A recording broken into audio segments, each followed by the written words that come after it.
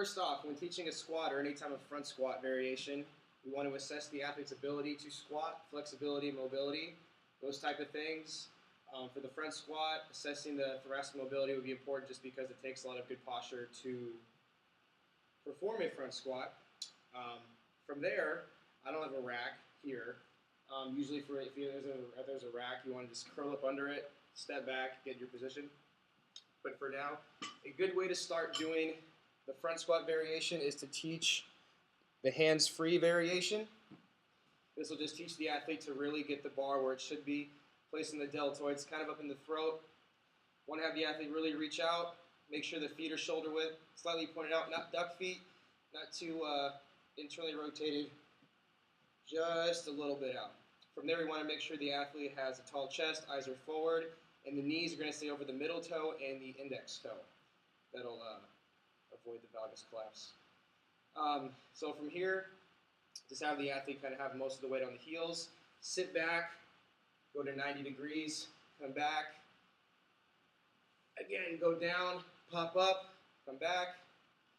And again, go down, pop up, come back. There's no need to go too low. We do not want to see anyone's tail tucking, unless, of course, there's sport calls for that, which maybe catching in baseball, but even then, we do not need to go that low unless it is completely necessary. So from there, teaching the clean grip for the front squat. You want to make sure the bar is still resting on the deltoids. Bar is going to be in the fingertips. Hands are going to be a little outside the shoulders just because that'll be a good transfer into the hand clean. Same position. We want the elbows to be up. If the athlete cannot physically get their elbows up, we can come over and help them. That'll just allow them to learn what the position feels like. Yes, we know the athlete will be uncomfortable with the wrist, soreness, some pain. That is a normal thing. They'll get over it. So from there, make sure that the feet are shoulder width, toes are slightly pointed out. Knees will stay over the index and middle toe. Chest is up, elbows are up. Eyes forward, chest out. Have them go down and come back. The good thing about the front squat is if they do lose the weight, all it's going to do is just go forward. And in that case, tell the athlete all they have to do is just bend bumper plates. Again, once they get that good impact down, the elbows are up, the eyes are forward, have them go down and come back up. From there, if they got that packed down pretty good, that is the first position that we teach usually for the hand clean. We want to have the same spacing for the feet. If they feel like they're more comfortable with the toes pointed out a little bit, that's okay. One thing that we do not want beginners to do is when they are hand clean is to clean it and get into a different position than when they started. That's going to put a lot of pressure on the groin, and we don't need that. If they get more advanced, those little cues are okay, but we don't want to start any bad habits. So, for the hand clean, we want to make sure that the wrists are curled, hands are pronated, arms are straight, chest is up. In the power position, we can either have them go power position, or in the hand clean starting position, we can go power position, above the knee, or below the knee. We want to make sure that the knees are slightly bent. We don't want too much forward flexion. We'd rather have more trunk flexion in this sense, or if you will, a arched back. From there, we tell the athlete just to keep the chest up, shoulders going to be over the bar. Have the bar slowly slide down to the position you want, either it's above the knee, power position, or below the knee. And from there, the biggest key with the hand clean is the shrug.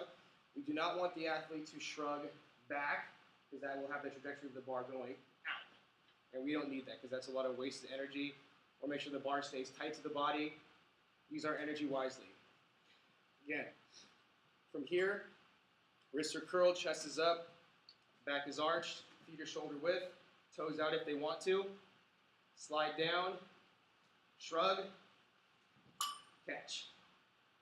Now the athlete's not necessarily jumping. That jumping that we usually see is just from them getting under the bar. So just tell the athlete, imagine that they're jumping without leaving the ground. They can get up on their toes a little bit, but they're not necessarily jumping and stomping. Again, if the bar is from the ground, they're picking to put in the position.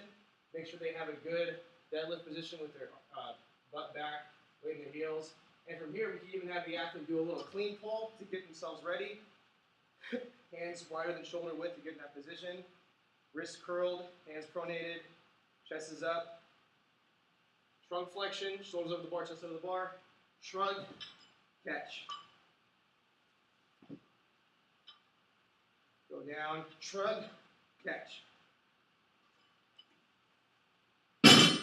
If there's no rack, which I'm sure there will be, they can re-rack it safely or they can just drop it.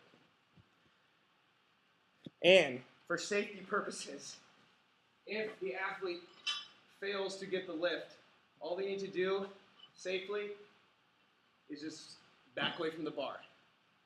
Back away from the bar, let it drop safely, get out of the way of the bar. We want to teach safety. We don't want to hurt the athlete. We want them to get a lot better. And we are not trying to produce Olympic weightlifters. We're just trying to use the Olympic lifts to get them more explosive. Also, for the front squat, what's a good assessment tool also, or a good learning tool? I don't have a 2x4 handy, but you can get a weight plate or a 2x4 or an FMS board, something just so their heels are elevated 2 inches, an inch, just so they can learn the good posture of a front squat. It's always a good thing. And I also failed to mention about the hook grip for the hang clean. It can also be a good grip to use for the hang clean. And thank you.